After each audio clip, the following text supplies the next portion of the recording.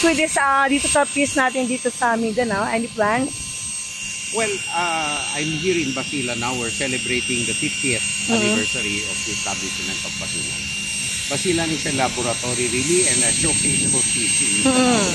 Inaasahan natin at nakikiusap ako sa lahat ng mga kababayan natin sa Mindanao that we keep united in internal peace. Kasi may external tayo po na gustong kunin ang ating kupkupin ang ating teritoryo na walang kinikilalang Diyos na bansa, no? And it attempts to take over, gusto nilang kunin ang mga resources na dapat mana ng mga susunod na generation ng Pilipinos. Kaya po tayo naninindigan. So I'm very, very hopeful na tuloy-tuloy na ang peace process natin dito sa Mindanao. And nandito po kami, handang tumulong.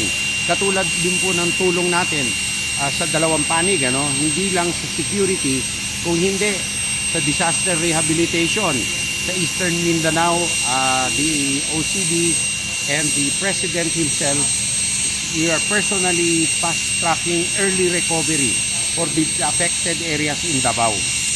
And then the rehabilitation, we will make sure that resilient structures are constructed. Sir Ramanan, greetings po.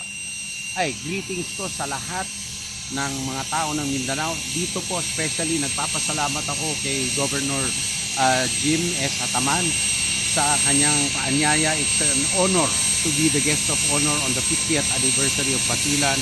And I wish the type of leadership that Governor Hataman displays be replicated, no, for the future and for the other provinces. All other governors are also doing very, very well, and we are supporting them. Each place is different.